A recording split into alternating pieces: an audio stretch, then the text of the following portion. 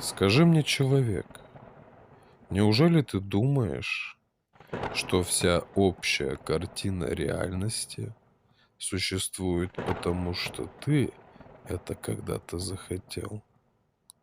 Речь идет не о планете Земля, которая является твоим миром. Речь идет об общей картине всей реальности. Речь идет о Вселенной. Если она существует вне зависимости от твоего желания, тогда чье же это желание?